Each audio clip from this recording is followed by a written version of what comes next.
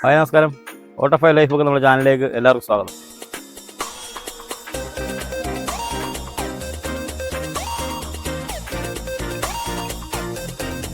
അപ്പോൾ നമ്മളിന്ന് ചിക്കൻ വെച്ചൊരൈറ്റമാണ് ഉണ്ടാക്കുന്നത്.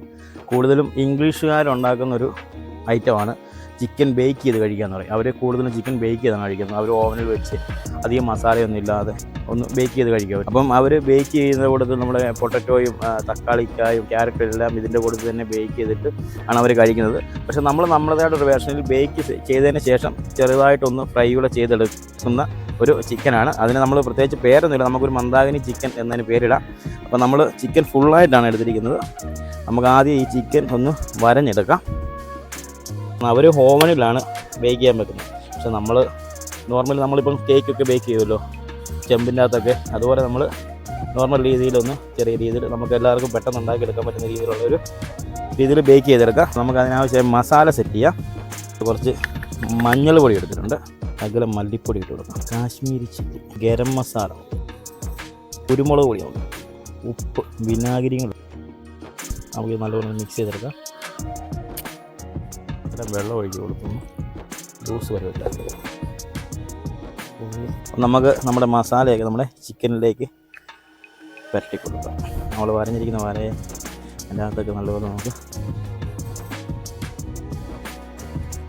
നമ്മുടെ ചിക്കൻ ഒന്ന് ബേക്ക് ചെയ്തെടുക്കാൻ വേണ്ടി നമുക്ക് ഈ ഫോയിൽ പേപ്പറിലൊന്ന് പൊതിഞ്ഞെടുക്കാം.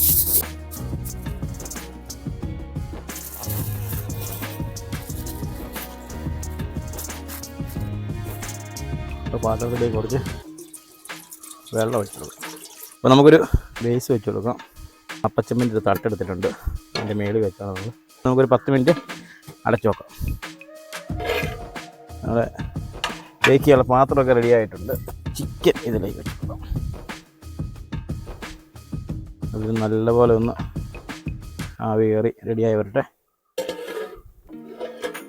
നമുക്കിത് ഏകദേശം ഒരു മണിക്കൂറോളം നമ്മൾ ബേക്ക് ചെയ്യണം. 1 മണിക്കൂറോളം ബേക്ക് ചെയ്തതിന് ശേഷമാണ് നമുക്ക് ചിക്കൻ ആ പെർഫെക്റ്റ് കണ്ടീഷൻ നല്ലപോലെ വെന്ത് കിട്ടത്തുള്ളൂ. നമ്മൾ 1 മണിക്കൂറോളമായിട്ട് വേവിക്കാൻ വെച്ചിരിക്കുന്ന ചിക്കൻ ഏകദേശമൊക്കെ റെഡി ആയിട്ടുണ്ട്. നമുക്കിനി തീ ഓഫ് ചെയ്യാം.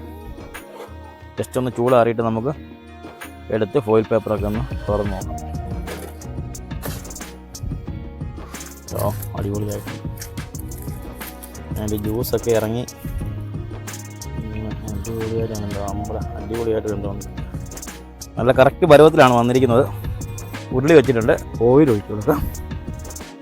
നമ്മൾ ഒത്തിരി ഞാൻ പറഞ്ഞാൽ ഭയങ്കരമായിട്ട് ഫ്രൈ അല്ല ചെയ്യുന്നത്, ജസ്റ്റ് ഒന്ന് ഫ്രൈ ചെയ്യുന്നുള്ളൂ. ഓയിലേക്ക്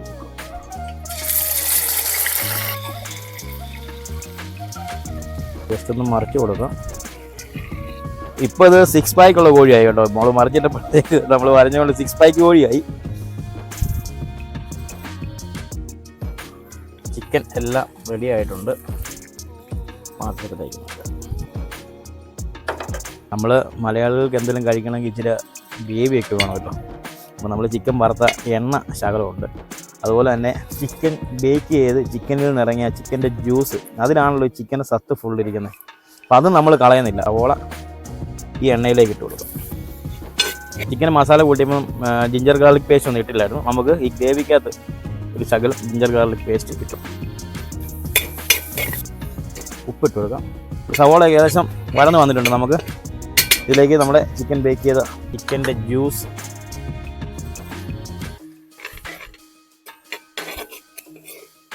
ഗ്രേവി റെഡി ആയിട്ടുണ്ട്. നമുക്ക് തീ ഓഫ് ചെയ്യാം.